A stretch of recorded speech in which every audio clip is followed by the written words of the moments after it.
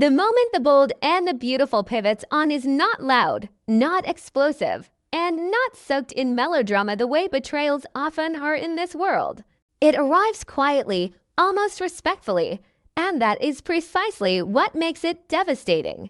Brooke Logan does not walk in on a scene of chaos or confusion. She walks in on certainty. When she sees Ridge Forrester in bed with Taylor Hayes, what freezes her in place is not shock, but clarity. There is no scrambling for excuses, no startled separation, no frantic attempt to reframe the moment as a misunderstanding.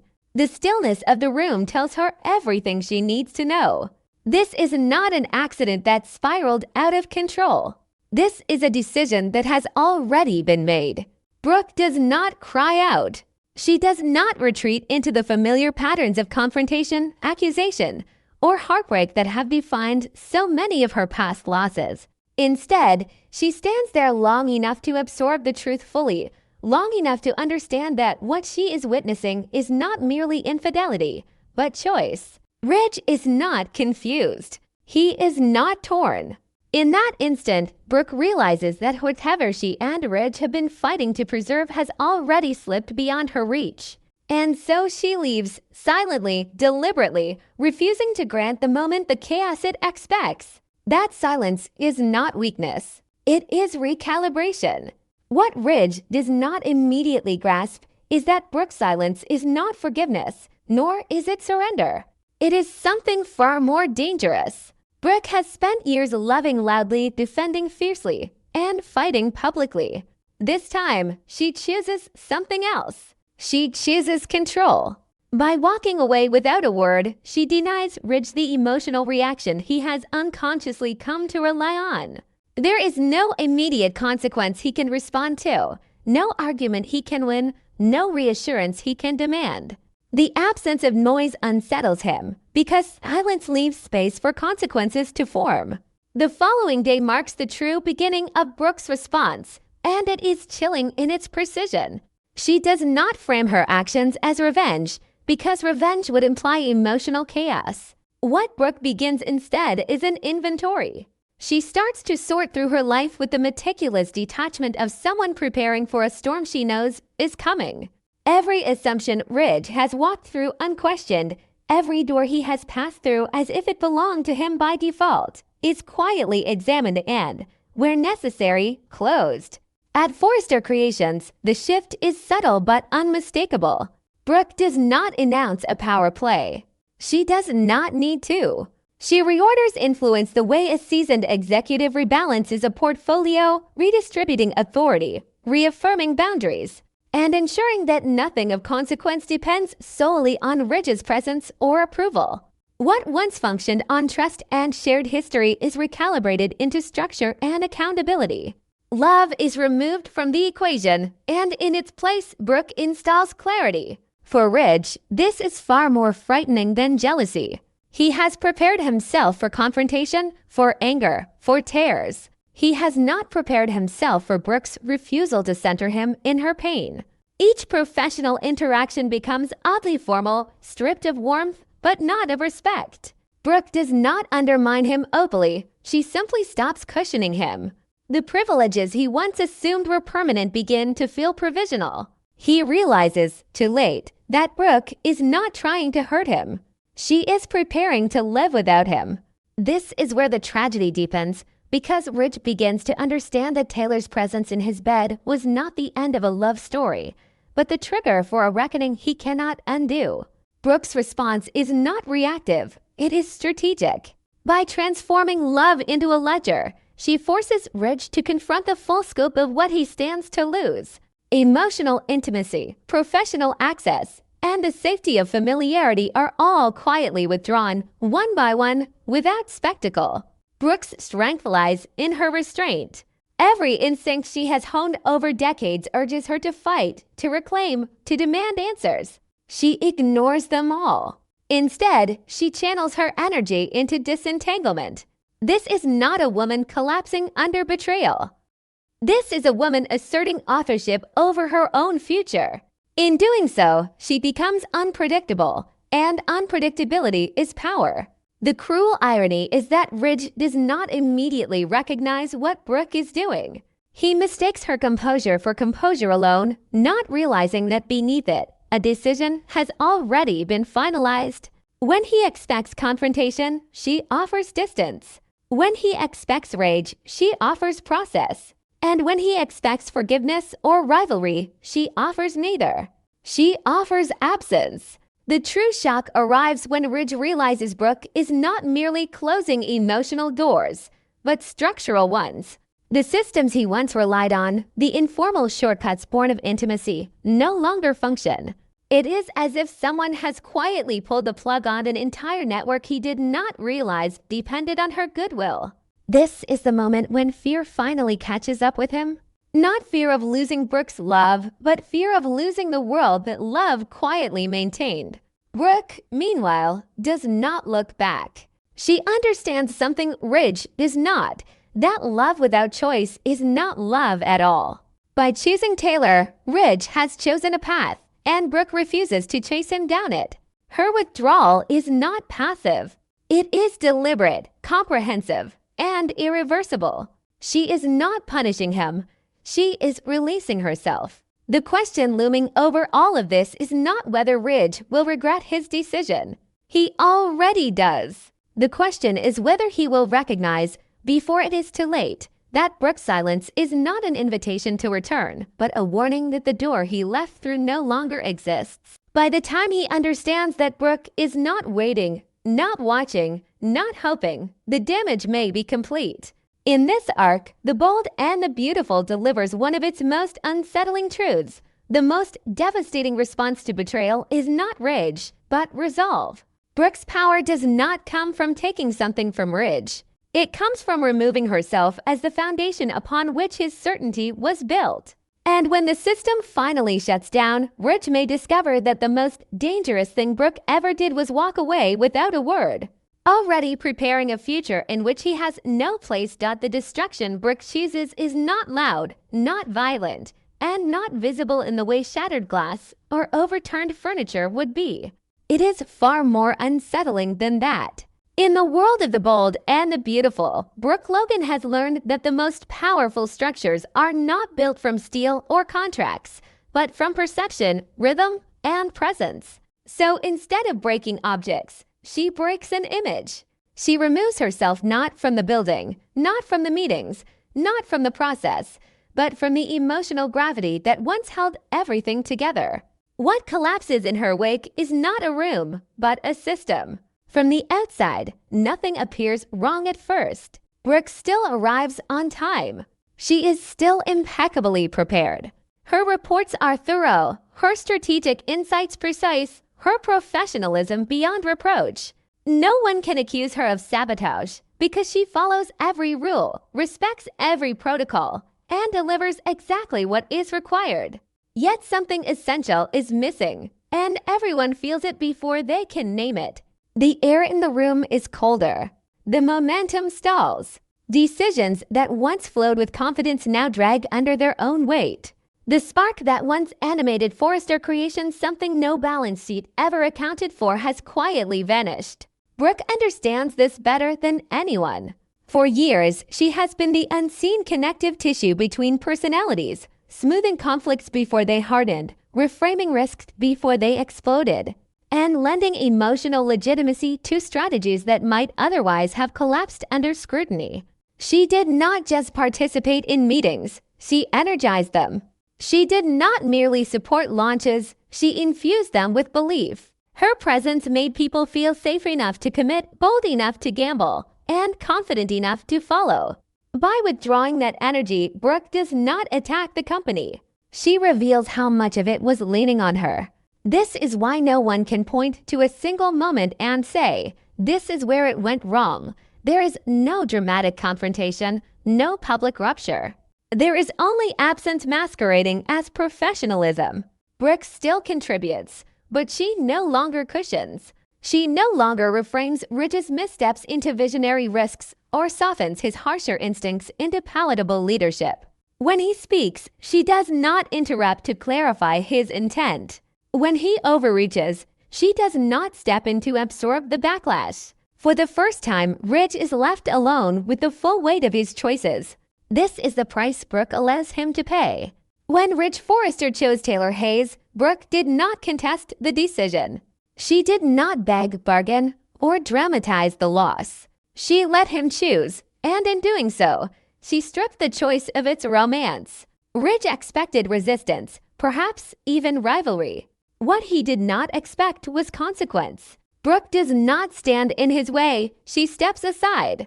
And in that space, everything he once took for granted begins to wobble. Ridge starts to notice it in subtle ways. A proposal he assumed would sail through now meets quiet resistance. An ally he believed was loyal suddenly asks sharper questions. A launch that should have been electric feels oddly flat, as if the audience senses uncertainty even when the numbers look strong. Ridge initially blames timing, market conditions, fatigue. It takes him far too long to realize that the buffer is gone. Brooke is no longer there to absorb the shockwaves of his authority. What makes this unraveling so effective is that Brooke never explains it. She does not warn him. She does not threaten him. She simply stops protecting him. The privileges Ridge once enjoyed, privileges so invisible he never knew they existed, begin to disappear. Doors still open, but not as quickly. Trust is still extended, but not as generously. His reputation, once burnished by association with Brooke's steadiness and credibility, begins to stand on its own, exposed and imperfect. This is where guilt enters the equation, compounding the professional strain. Ridge is not merely dealing with operational pressure. He is grappling with the quiet realization that Brooke's withdrawal is not accidental. Each time a problem escalates instead of dissolving, he feels the echo of her absence. Each time he faces criticism that once would have been deflected, he understands too late that Brooke was never just his partner in love. She was his partner in survival. Brooke, meanwhile, remains outwardly serene. Her composure is not a mask, it is a boundary. She has transformed her pain into structure, her heartbreak into order.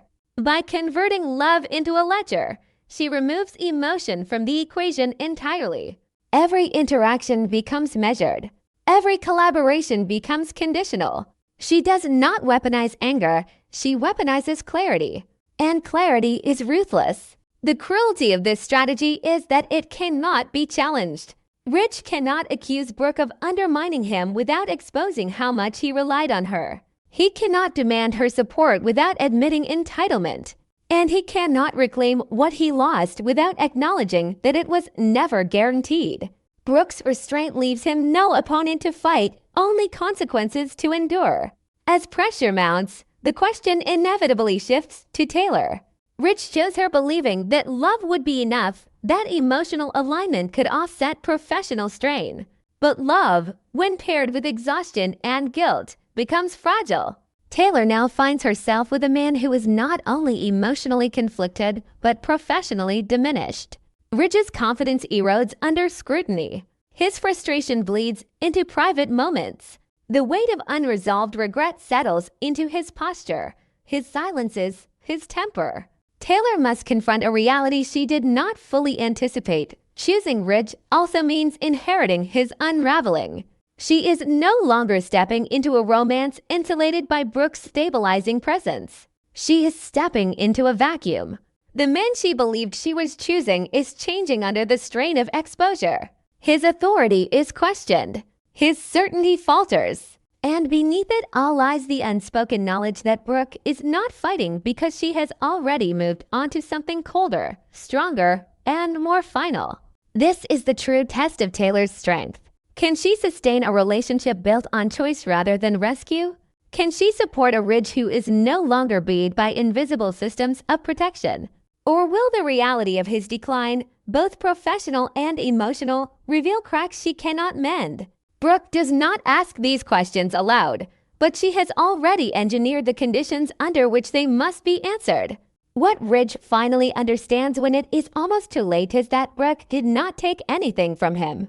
She simply stopped giving, and what she had been giving was everything that made his world function smoothly. Her energy, her credibility, her emotional labor were never owed, never guaranteed. They were gifts freely given and now freely withdrawn. In this arc, Brooke redefines power. She demonstrates that destruction does not require chaos, that revenge does not require cruelty, and that silence can be louder than accusation. By breaking the image rather than the furniture, she exposes how much of Ridge's authority was propped up by her presence. And as the system continues to falter without her, one question hangs over everyone involved. When Ridge finally sees the full cost of his choice, will there be anything left to save? Because Brooke is no longer waiting. She is no longer guarding the doors he once walked through without thinking. She has turned off the electricity that powered the illusion, and the darkness spreading through Forrester Creations is not her doing. It is simply the truth, revealed at last, in the absence of her light. The moment the bold and the beautiful pivots again, it does so not with a grand romantic declaration, but with a choice that Ridge Forrester believes will finally bring him peace. When Ridge chooses Taylor Hayes decisively, without hesitation or apology, he convinces himself that he has escaped the endless emotional turbulence that has defined his life for decades. In his mind, this decision is clarity. It is order. It is relief. He tells himself that choosing Taylor is choosing calm, choosing stability, choosing a future unburdened by conflict. Yet what Ridge fails to understand is that families and corporations do not operate on emotion alone. They operate on memory, consequence, and moral accounting. And consequences, unlike feelings, do not disappear simply because someone wishes them away. Almost immediately, Ridge begins to sense a shift in the atmosphere around him, subtle at first, but impossible to ignore. The holiday season, usually softened by nostalgia and ritual, becomes an unforgiving mirror. The same people who once greeted him with warmth now offer polite restraint. Conversations that used to flow with ease now feel measured, guarded, as if every word is being weighed before it is spoken. Those who had long respected Brooke Logan for her endurance, her loyalty, and her quiet ability to hold chaos together begin to look at Ridge differently. Not as a romantic hero who followed his heart, but as a man who abandoned constancy at the most symbolically loaded time of the year. The irony is cruel. Ridge believed that by choosing Taylor, he was simplifying his life. Instead, he has complicated it in ways he never anticipated. Meetings that once felt collaborative now feel evaluative. The casual camaraderie he relied on is replaced by scrutiny, by glances that linger just a second too long. Even moments meant to be intimate holiday gatherings, private conversations, celebratory dinners are shadowed by unspoken judgment. Ridge can feel it in the room before anyone says a word. He has become a subject of assessment rather than admiration. What unsettles him most is that no one openly challenges his decision. There are no dramatic confrontations, no public condemnations. Instead, there is a quiet recalibration of respect. People listen to him, but they no longer instinctively trust him. They follow his directives, but they no longer assume his motives are pure. This is the kind of shift that cannot be argued against because it is not based on policy or performance. It is based on perception. And perception, once altered, is notoriously resistant to correction. As pressure mounts, Ridge's internal equilibrium begins to crack. The frustration he feels has nowhere to go. He cannot confront the people judging him without appearing defensive. He cannot retreat without appearing weak. The only outlet left is his temper. Small inconveniences irritate him disproportionately. Delays become personal affronts. Questions feel like challenges. Ridge, who once prided himself on authority tempered by charisma, begins to lead with impatience rather than confidence. This is where the choice he made begins to reverberate in his relationship with Taylor. She did not choose Ridge for his volatility. She chose him for the promise of peace, for the belief that he represented a safe harbor after years of emotional turbulence. Watching him unravel under pressure awakens an old fear she thought she had outgrown. Taylor has seen this pattern before, not just with Ridge, but in men who collapse inward and then project outward when the world does not align with their expectations. Anger, when left unchecked, seeks a target. And too often, that target is the woman standing closest. Taylor senses the shift before Ridge recognizes it himself. She notices the way his silences grow heavier, the way his irritability seeps into moments that should feel tender. She begins to wonder whether the calm she believed she was choosing was never intrinsic to Ridge, but contingent on Brooke's stabilizing presence. Without Brooke absorbing the emotional shockwaves of his life, Ridge is exposed. And exposure, for a man unaccustomed to it, can be destabilizing. The most unsettling realization for Taylor is that Brooke is not doing anything to create this chaos. There is no sabotage, no manipulation, no whispered campaign against Ridge. Brooke's absence alone is enough. By stepping away, she has removed the invisible infrastructure that once protected Ridge from the full impact of his own decisions. He is now experiencing life without a buffer, without someone quietly translating his intentions into palatable reality. And instead of rising to the challenge, Ridge begins to falter. From the outside, it becomes increasingly clear that Ridge is doing the damage himself. His impatience alienates allies. His defensiveness fuels suspicion. His inability to sit with discomfort makes him appear reactive and unstable.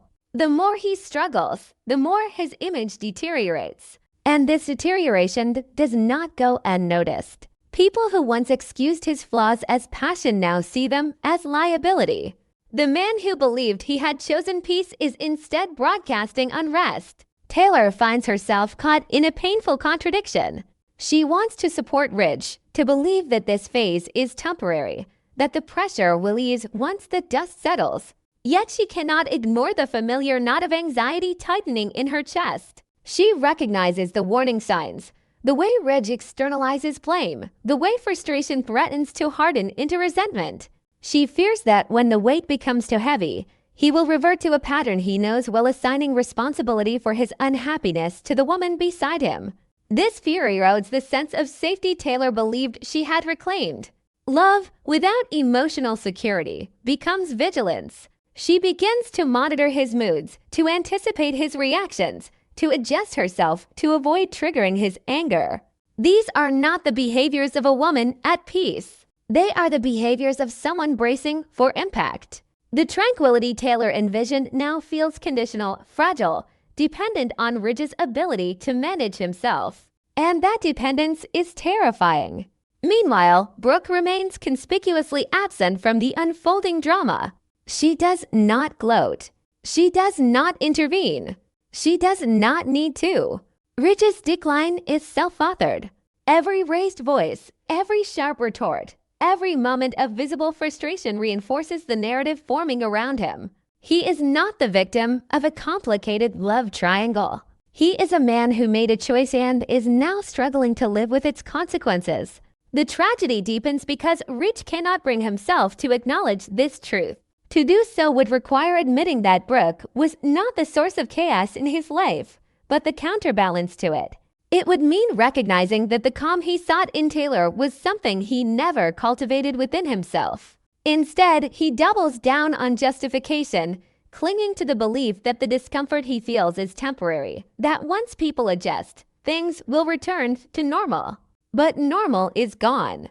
The holiday season passes with an undercurrent of discomfort, and with it, the illusion that time alone can heal reputational wounds. Ridge begins to realize that respect, once fractured, does not automatically repair itself. It must be earned anew, often through humility and accountability qualities Ridge has not yet demonstrated. Taylor watches all of this unfold with growing unease.